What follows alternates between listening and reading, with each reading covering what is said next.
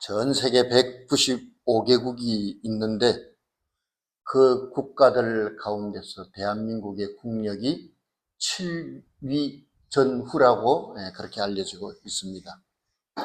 어쨌든 매년 달라지는 대한민국 국력에 따라서 국제적인 신용도도 올라가고 있는데 정작 한국 사람들은 날마다 못 살겠다 입에 달고 삽니다.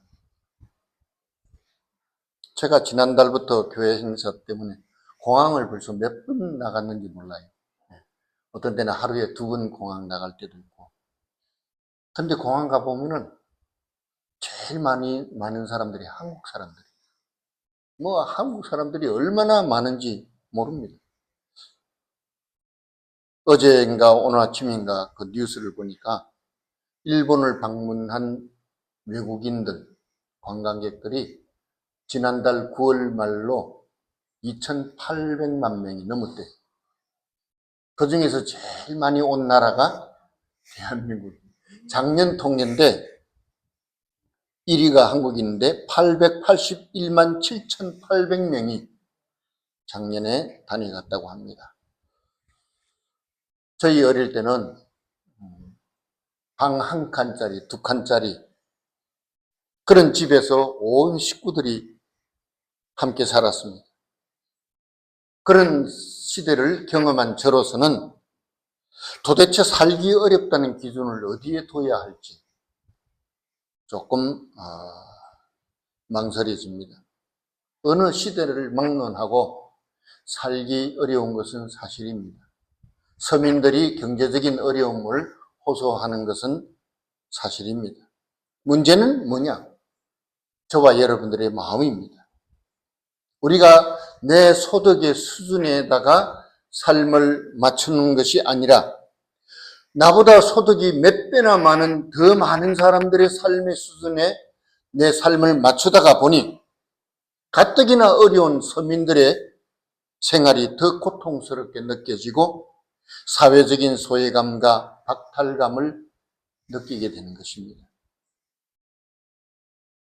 집 있는 사람한테 집 없는 사람이 생활 수준을 맞출 수 있어요? 맞출 수가 없습니다. 사업하시는 분들, 직장생활, 그리고 자녀들 양육하는 일은 어느 시대나 막론하고 너무너무 어려웠습니다. 그래서 우리의 삶이 어렵고 힘들고 내가 이렇게는 인생을 살기가 정말 힘들어. 더 이상 나는 내 삶을 감당할 수 없다고 느껴질 때 여러분들은 어떻게 행동하실 것입니까? 세상 사람들처럼 의욕을 잃어버리고 캐세라세라 되는 대로 되라 흘러가는 대로 남들 욕이나 하고 정부 비방이나 하고 환경 탓하면서 살 것입니까? 아닙니다. 고난이나 위기가 올 때 우리는 세상 사람들과 달리 뭘 사용해요? 그렇습니다. 제가 늘 강조하는 내용 중에 하나가 바로 믿음을 사용하라는 것입니다. 그래서 오늘 본문의 제목도 믿음의 능력이라고 정해봤습니다. 오늘 말씀의 핵심이 뭐냐면 믿음이에요. 물론 예수님이 귀신 들린 어떤 사람의 아들을 고쳐주는 장면이니까 치유라고도 할 수 있고 여러 가지 다른 제목을 갖다 붙일 수 있지만 핵심은 믿음이에요. 왜냐하면은 예수님의 제자들이 나중에 물었잖아요. 아니 예수님이 변화산 위에 계실 때 우리가 몇 시간이고 9명씩이나 그것도 그 귀신 들린 아이를 붙들고 씨름을 했는데 귀신이 안 나갔는데 왜 예수님은 한 번만에 속된 말로 한 방에 귀신이 쫓겨나갔습니까? 그랬을 때 예수님 뭐라 그러셨어요? 믿음이다. 믿음이 있으면 귀신이 쫓겨나가고 믿음이 없으면 귀신한테 점령당하는 것입니다. 여러분, 우리가 평상시에 보면 믿는 사람이나 믿지 않는 사람이나 다 똑같아 보여요. 한국을 왔다 갔다 하면서 비행기 타서 보면은 그 비행기 나하고 같이 탄 사람들 다 예수 믿는 사람들이에요? 근데 아닌데도 뭐 달리 보이는 거 있어요, 없어요? 없어요. 다 똑같이 보여요. 평상시에는 같은 식당에 가서 같은 밥 먹고 같은 대중교통을 이용하고 다 똑같아 보여요. 그런데 언제 예수 믿는 사람과 예수 믿지 않는 사람이 달라질까요? 우리 인생에 위기가 닥칠 때, 어려운 일이 우리에게 다가오면 그때 불신앙의 사람들과 예수 중심의 사람들의 모습이 확 달라지는 거예요. 오늘 본문에 보니까 귀신 들린 아들을 둔 아버지가 한 사람이 있었습니다. 그런데 이 내용을 더 자세하게 기록하고 있는 성경은 마가복음 9장입니다. 여러분들 집에 돌아가셔서 마가복음 9장을 펼쳐보면 더 자세하게 기록이 되어 있을 것입니다. 그런데 그곳에 보면 예수님이 믿음 없는 것을 막 책망하셨거든요. 그런데 그 예수님이 믿음 없다고 책망하는 그 소리를 들은 귀신 들린 아들을 둔 아버지가 뭐라고 소리쳤어요? 아십니까? 나의 믿음 없는 것을 도와주소서 그랬어요. 자기가 뭐가 없다는 걸 알아요? 믿음이 없다는 걸 압니다. 믿음이 없는 것을 도와달라. 이 사람에게 뭐가 없어요? 믿음이 없다고 그랬어요. 그에게는 자식을 향한 사랑도 있었습니다. 자식을 위해서 희생하고 헌신하는 수고도 있었습니다. 자식 사랑하지 않는 부모가 어디에 있겠습니까?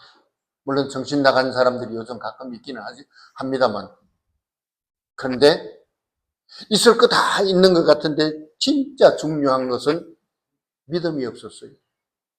인생의 위기가 닥쳤을 때 바로 그 믿음이 있느냐 없느냐에 따라서 달라지는 것입니다. 믿음이 없으면요, 내 눈앞에서 고통당하는 자식을 보고도 어찌할 수가 없어요. 그래서 사람들이 그런 말 하잖아요.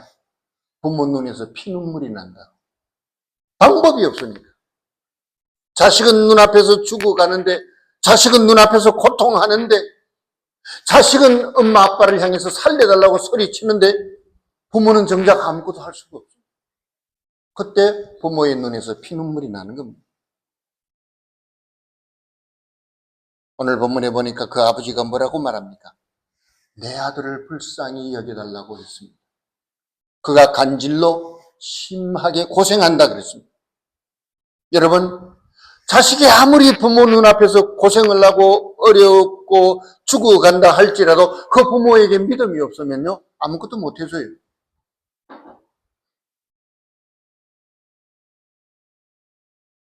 사람의 힘으로 해결할 수 없기 때문입니다.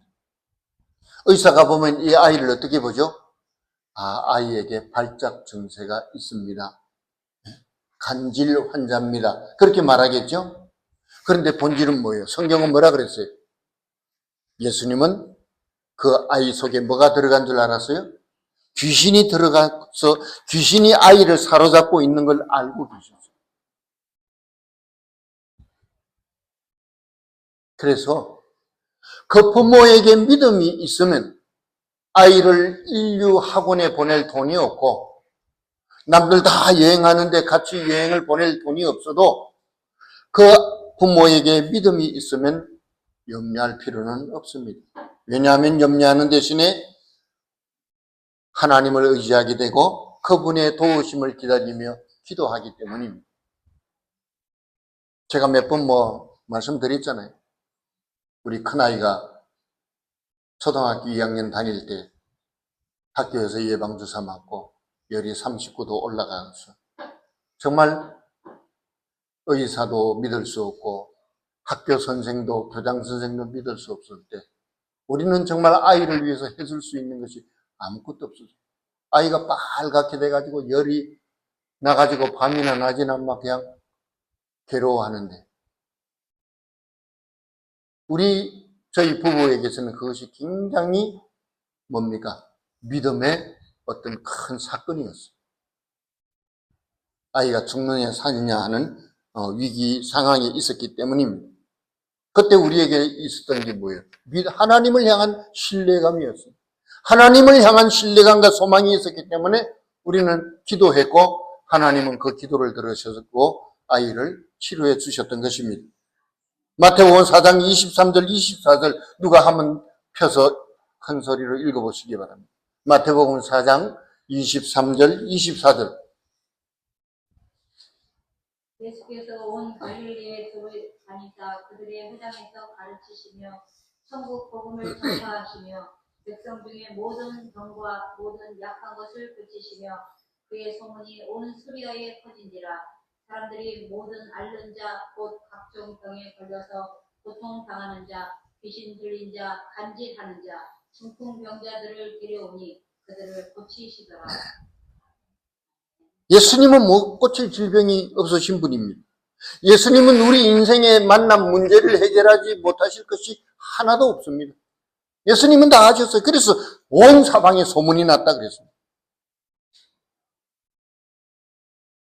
여러분, 믿음만 있으면 지금도 우리 주위에서 귀신은 떠나가고 질병은 치료되고 인생의 문제는 해결되는 줄 믿기를 바랍니다. 그러나 우리에게 믿음이 없으면요, 예수 믿는다고 하면서도 정욕과 세상과 귀신에게 사로잡혀서 인생이 패가망신하는 것입니다. 그런데 오늘 본문 17절에 보니까 믿음이 없고 무슨 세대요? 패역한 세대라 그랬어요. 이것을 원어로 보면은 아피스티아카이 디에스트라멘네 게네아라고 합니다. 게네아는 세대라는 뜻이죠. 한 세대, 두 세대 이런 세대라는 뜻이고, 여기서 디에스트라멘네라고 하는 것은 불신앙, 뒤틀린 상태, 정도에서 바른 길에서 벗어난 것을 의미합니다. 저는 이 단어를 보고 뭘 머릿속에 떠올렸냐 하면은 꽈배기를 떠올렸어요. 꽈배기 드셔보셨어요? 네. 저희 어릴 때 꽈배기 많이 먹었죠. 네. 밀가루를 반죽해서 길게 해서 그걸 이렇게 꼬아가지고 기름에 넣어서 튀겨서 그걸 건져 올려서 설탕이 막 이렇게 한번 흔들어가지고 내놓으면 그게 꽈배기예요. 네.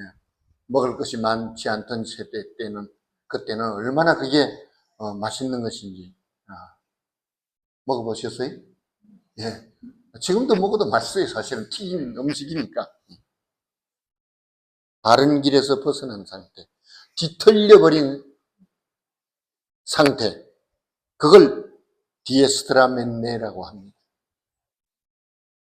그런데 예수님은 그 아버지를 포함한 그 당시의 사람들을 향해서 이와 같이 패역한 세대라고, 믿음이 없고 패역한 세대라고 책망을 하셨어요. 예수님이 아까 말씀드린 대로 산에 올라가셔서 기도하실 때 제자들이 그 밑에서 그냥 그 귀신 들린 아이를 붙들고 씨름을 했는데도 아무 변화가 없었습니다. 그런데 오늘 본문 17절에 보니까 예수님이 세상을 향해서는 뭐라고 말씀하셨죠? 믿음이 없다 그러셨어요. 그리고 20절에 가서는 제자들에게는 뭐라고 말씀하셨어요? 자, 여러분들 한번 물어보겠습니다. 믿음이 없는 거하고 믿음이 작은 거하고 차이가 있습니까? 없습니까? 예? 네, 있다. 물론 있죠. 없는 거하고 있는 거는 차이가 분명히 있습니다. 그런데 여러분 한번 생각해 봐요. 돈이 한 푼도 없는 것하고 주머니에 오행이 있는 거하고 틀립니까? 같습니까? 저는 이 말씀을 가지고 그렇게 생각했어요. 믿음이 적은 거하고 믿음이 없는 거는 예수님은 적어도 이 본문에서는 똑같이 취급하고 있어요. 그러나 단어를 이렇게 서로 바꾸어서 믿음이 없는 거하고 믿음이 적다는 것은 그래도 제자들이 믿음이 있으니까 예수님을 따라다니기 때문에 아마 그렇게 말씀하신 것이지, 실상은 예수님의 제자들도 아무것도 못했잖아요. 그러니까 돈이 있다 없다, 돈이 1,000만 원 있는 사람하고 50만 원 있는 사람하고 비하면 1,000만 원 있는 사람한테 50만 원 돈이 없는 것이지만 50만 원도 쓸모가 있는 거예요. 근데 그게 아니란 말이에요. 있어봐야 아무 물건도 살 수 없는 예수님의 제자들의 믿음 상태가 바로 그런 것이었어요. 힘 못 쓰는 거에 있어서는 똑같아요. 믿음이 없어서 귀신 못 쫓아낸 것이나 믿음이 적어서 귀신을 못 쫓아낸 것이나 다 뭐예요? 똑같은 거잖아요. 다시 말해서 예수님이 보실 때는 제자들이나 세상 사람들이나 힘이 없고 무능하다는 것을 여기서 드러내고 있는 것입니다. 그런데 예수님이 그 다음에 뭐라고 말씀하셨어요? 만일 너희에게 믿음이 얼마만큼이요? 겨자씨 한 알만큼만 있어도 그 입에서 뭐가 나와요? 예? 그 입에서 뭐가 나와요? 이 산을 명하여 바다에다 어디요? 던지라. 산이 알아들어요? 산이 귀가 있고 입이 있고 지정의가 있습니까? 아무것도 없는 거예요. 마치 내가 이걸 가지고 야 저기 가서 물 좀 떠오라. 이게 알아들어요? 그거나 똑같은 거예요. 여러분 믿음만 있으면 우리는 어떤 환경과 조건 속에서도 살아남을 수 있을 뿐만 아니라 도리어 많은 조건을 가지고 살아가는 사람들보다도 더 하나님의 영광을 위해서 아름답고 복되게 살아갈 수 있는 줄 믿기를 바랍니다. 예수님의 제자들은 예수님을 따르는 믿음은 있었는지 몰라도 귀신을 쫓아내는 능력은 없었습니다.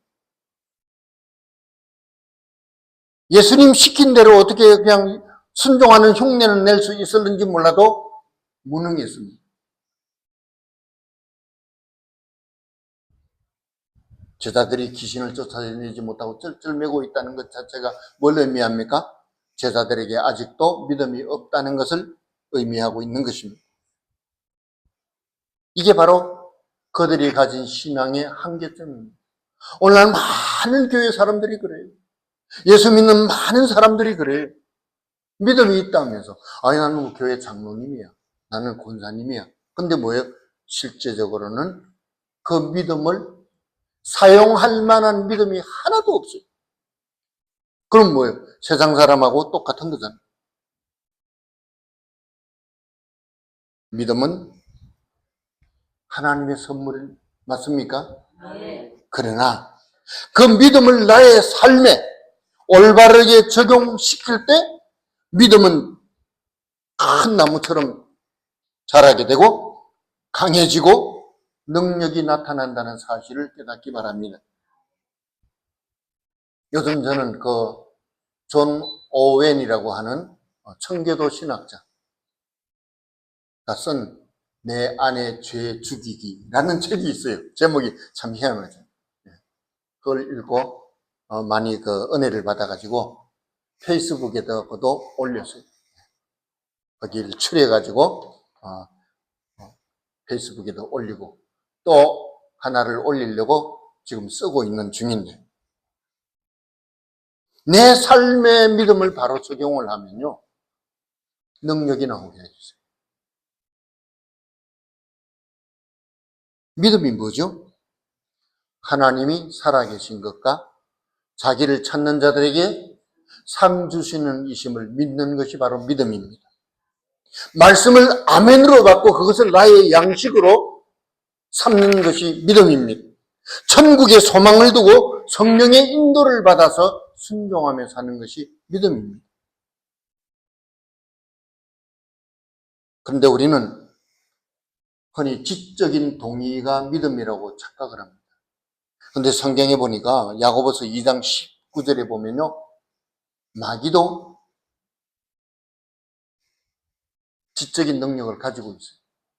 하나님이 어떤 분인지 너무너무 잘 알고 있어요. 그런데 마귀가 하나님께 순종하는 거 봤습니까? 물론 하나님이 강권적으로 역사할 때는 마귀는 하나님의 의로운 도구가 되어서 쓰임을 받을 수는 있지만 마귀는 그런 힘이 없어요. 그러나 마귀는 우리보다 더 잘합니다. 우리는 하나님이 아마 이런 분일 거야. 하나님이 정말 그럴까 하고 의심을 할 때도 많아요. 그런데 마귀는 전혀 의심이 없어요. 왜 그럴까요? 자기가 하나님에 대해서 아는 지적인 내용이 너무너무 확실하기 때문에 마귀는 의심을 하지 않아요. 하나님에 대해서. 그런데도 뭐가 없어요? 믿음이에요. 왜? 하나님의 말씀을 자기의 삶에 적용하고 그것을 자기 양식으로 삼지 못하기 때문에 일어나는, 오늘날 교회 안에는 그런 신자와 그렇지 못한 신자로 나뉘게 되는 것입니다. 중요한 거는 제가 그래서 이제 요즘 이제 목회도 이제 다 이제 은퇴를 하고 가만히 생각해 보니까 정말 믿음이 뭐냐? 뭐가 믿음이냐? 성경을 먹기 1년에 몇 독을 하고 또 뭐 1,000번 1천제를 드리고 교회에 열심히 나오고 성도들의 쓸 것을 공급하고 사랑으로 막 이렇게 손대접하고, 물론 그것도 굉장히 중요합니다. 그런데 진짜 믿음이 뭔 줄 아세요? 내가 하나님을 얼마만큼 신뢰하느냐. 그게 바로 믿음이에요. 하나님에 대한 신뢰, 그것이 곧 우리의 믿음입니다. 여러분, 우리가 예수를 믿는다고 해도 굉장히 약하잖아요. 저도 약하고 여러분들도 약해요. 교회에서 그냥 아멘 하고 내가 그렇게 살아야지 하고 그래도 저 문 열고 나가면 하룻밤 자고 나면 어때요? 다 잊어먹어 버립니다. 우리가 연약해질 때 여러분들은 뭘 생각합니까? 연약한 내 자신을 어떻게 관리하고 있습니까? 두 가지. 하나님께 무릎 꿇고 기도하는 것과 말씀을 묵상하는 것. 기도하고 묵상은 연약하고 의심 상태에 빠지고 두려움과 불안에 떨어져 있는 나를 회복시킬 수 있는 유일한 무기가 되는 줄 믿기를 바랍니다.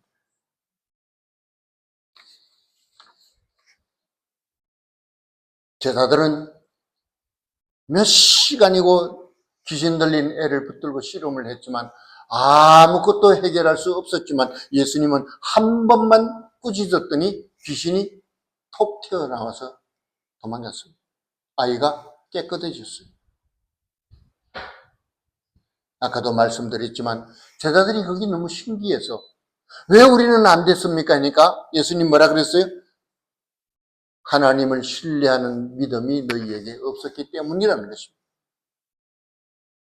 결국 제자들 속에서도 문제점은 이 세상처럼 믿음이 약하거나 믿음이 아예 없거나, 바로 이게 문제예요.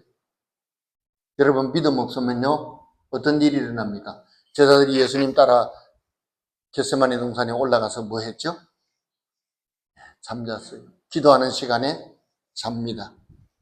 십자가를 앞에 두고 예수님은 너무너무 고통스러워하고 땀방울이 핏방울이 되도록 그렇게 기도하셨는데 제자들은 어려운 일을 만나니까 예수님을 어떻게 했어요? 다 버리고 도망가고 말았습니다. 여러분, 믿음은 능력입니다. 내가 그런 믿음의 능력을 가지고 있으면 무슨 일을 만나도 해결할 수 있는 힘이 내게서 나오는 줄 믿기를 바랍니다. 다시 말해서 이 믿음은 나라고 하는 이 육체, 개인적인 어떤 인격에서 나오는 것이 아니라 내 지혜나 능력이나 소유에 있는 것이 아니라 하나님의 선물이기 때문입니다. 사람들이 볼 때는 아이고 저 사람 무슨 믿음이 있겠어. 그래도 예수님 뭐라고 했어요? 너희에게 겨자씨만한 믿음만 있다 할지라도 이 산을 명하여 바다에 던지우라 해도 그대로 된다고 했습니다. 그럼 우리는 뭐예요? 나한테 겨자씨만한 믿음도 없다는 것입니다. 겨자씨만한 믿음도 없어가지고 어떻게 우리 아이들의 장래를 보장해 줄 수가 있겠습니까? 그래서 그 아버지가 깨달았어요. 아, 지금 내게 중요한 것은 아이가 치료를 받는 것인데 더 중요한 것은 뭐예요? 내게 믿음이 없다는 사실을 그 아버지는 깨달은 것이에요. 우리도 교회에 오면은 적어도 그 정도는 깨달아야 돼요. 아, 내가 믿음으로 살지 못했구나. 내가 예수님의 제자라고 하면서 제자다운 데가 한 군데도 없었구나. 그래서 우리는 회개하는 마음으로, 겸손한 마음으로 예배의 자리에 나아가는 것입니다. 저는 이 본문의 말씀을 가지고 출애굽기 32장하고 똑 닮았다고 생각했습니다. 왜 그래요? 거기 출애굽기 32장에 뭐가 있죠? 모세가 시내산에 올라가서 하나님 앞에 뭐 받아가지고 왔어요? 십계명 두 돌판을 받아가지고 내려왔는데 이스라엘 백성들 가운데 뭐가 가득 찼어요? 우상, 금송아지 우상. 그들은 이미 하나님을 떠나버렸어요. 모세가 잠깐 시간을 비운 사이에 그들은 이미 하나님을 떠나서 금송아지를 숭배하고 이것이 우리를 홍해에서 구원한 우리의 신이라고까지 말하게 되었습니다. 그런데 그 흡사한 상황이 오늘 본문에도 나타난 것입니다. 여러분, 그때 출애굽기 32장의 이스라엘의 상황하고 예수님의 제자들이 처해 있는 오늘 본문의 상황하고 공통점이 뭐죠? 그렇습니다. 믿음이 없다는 거죠. 그럼 우리 시대는 믿음이 있을까요?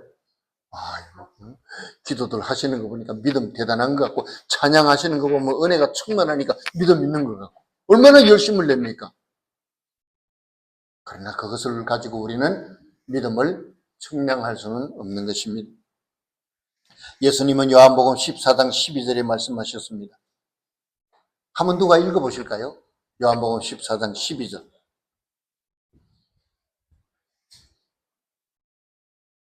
요한복음 14장 12절. 내가 진실로 너희에게 이르노니 나를 믿는 자는 내가 하는 일을 그도 할 것이요 또한 그보다 큰 일도 하리니 이는 내가 아버지께로 가니라. 예, 여기 본문에서 요한복음 14장 12절에서 두 가지를 말했어요. 뭐예요? 첫 번째는 내가 하는 일을 너희가 누구예요? 제자들도 할 수 있다는 거죠. 예수님 뭐 하셨죠? 병든 자를 치료하고 귀신을 쫓아내고 죽은 자를 살리시고 배고픈 자들을 떡 5개와 물고기 2마리로 5,000명을 먹이고 12광주를 남기고 그 예수님이 하신 일이거든요. 근데 누가 그걸 해요? 너희도 할 수 있다는 거죠. 그런데 두 번째는 또 뭐예요? 이것보다 더 큰 일도 한다. 믿습니까? 이것보다 더 큰 일도 한다. 우리는 그것만 해도 아이고 그걸 어떻게 할 수 있을까? 하지만 예수님은 그렇지 않다는 거예요. 너희에게 믿음만 있으면 내가 한 것보다 더 큰 일도 한다는 거예요. 할렐루야. 예수님은 그 약속대로 제자들에게 부활하신 예수님은 제자들에게 성령을 보내주셨습니다. 사도들로 인해서 초대교회는 기사와 표적과 능력이 매일매일 터져나왔습니다. 우리에게도 이런 믿음만 있다면 오사카 중앙교회는 새로워질 것입니다. 우리가 주일마다 우리의 고백대로 우리는 일본 구령에 앞장서서 나아갈 수 있는 줄 믿습니다. 그러므로 전도가 어렵다고 낙심하지 말고 우리에게도 겨자씨만한 믿음만 있다면 사도행전의 성령의 역사가 오늘 이곳에서 나타날 줄 믿습니다. 내 힘으로는 할 수 없어도 하나님을 믿는 믿음으로는 불가능한 것이 없습니다. 믿음은 능력입니다. 세상이 감당할 수 없는 힘입니다. 이 믿음으로 하나님께 영광을 돌리고 복된 열매를 맺기를 소원합니다.